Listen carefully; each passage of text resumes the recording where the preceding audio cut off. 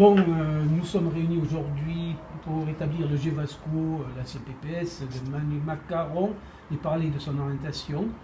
L'équipe de suivi est composée de M. Boutet, moi-même, référent de scolarité, M. Poulard, l'enseignant référent, bonjour, 3 AESH accompagnant d'élèves en situation honteuse, en dessous du seuil de pauvreté, donc est excusé Bibi Macaron qui nous fait un communiqué par voie de presse où elle nous fait part de son inquiétude. Je vous le lis tout de suite.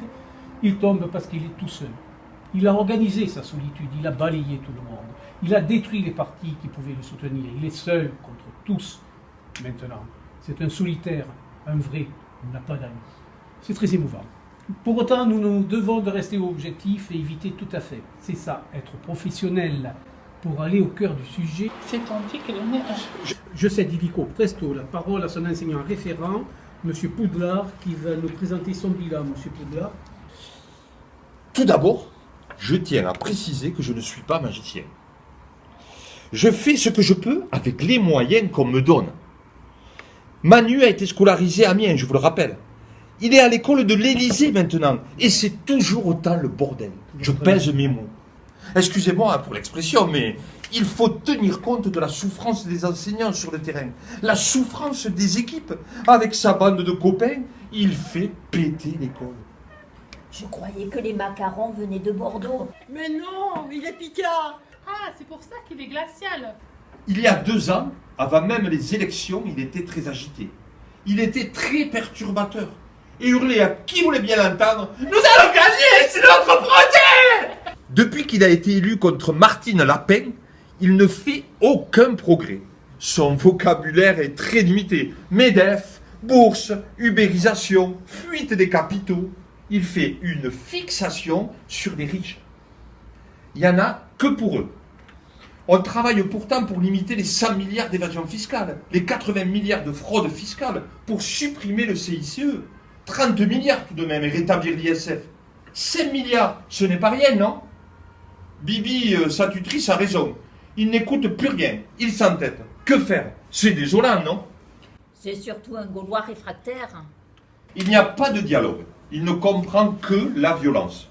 Il a fallu des exactions de casseurs pour qu'il change un tout petit peu de cap. Il ne mémorise plus rien.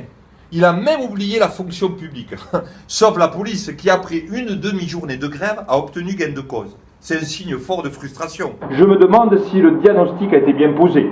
S'il a sa place dans les classes ordinaires, je me le demande aussi. Je crois qu'il souffre de troubles holistiques, en plus de ces troubles de l'attention.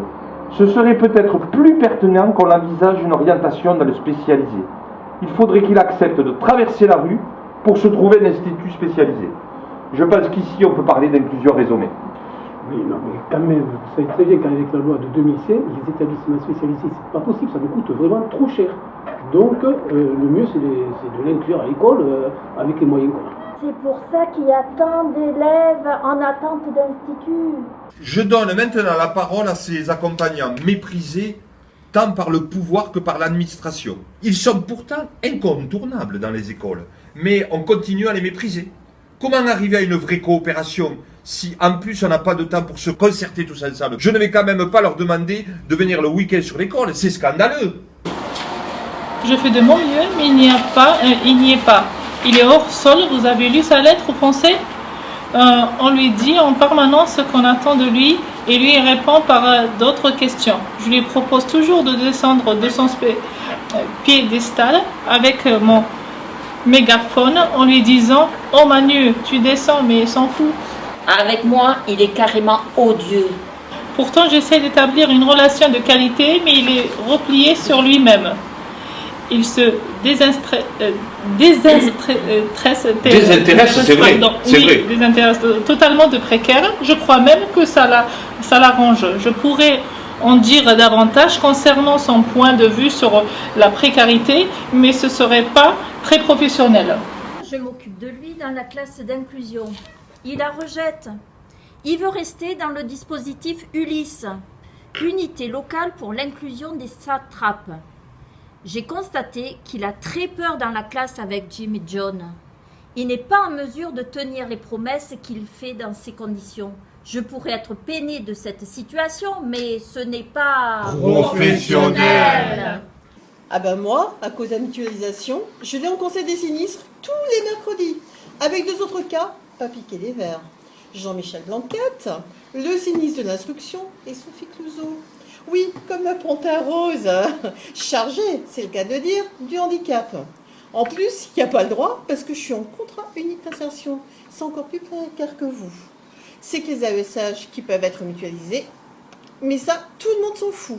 Avec ces 3-là dans la même classe, on ne peut même pas travailler dans de bonnes conditions. Et j'ai d'ailleurs toujours pas été formée.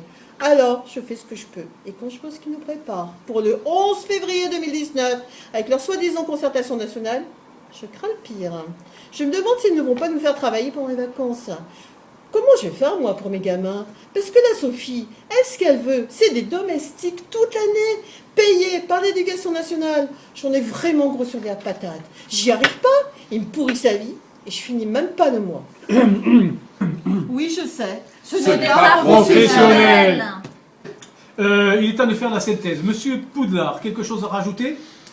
Dommage que l'orthophoniste libéral ne soit pas déplacé, car Manu parle très mal aux gens.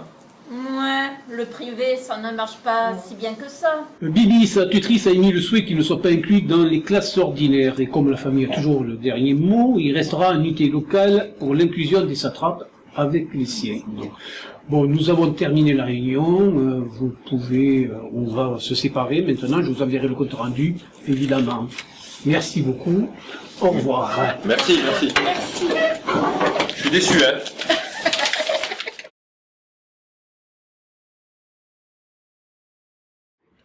Nous, les AESH, on est plus de 100 000 en France. On est des travailleurs pauvres, on est en dessous du seuil de pauvreté. On veut être reconnus. On veut des vrais statuts. Un vrai salaire, une vraie formation. On ne veut plus être précaire. Devant les rectorats, devant toutes les préfectures, on se donne rendez-vous quand? Le 6 février.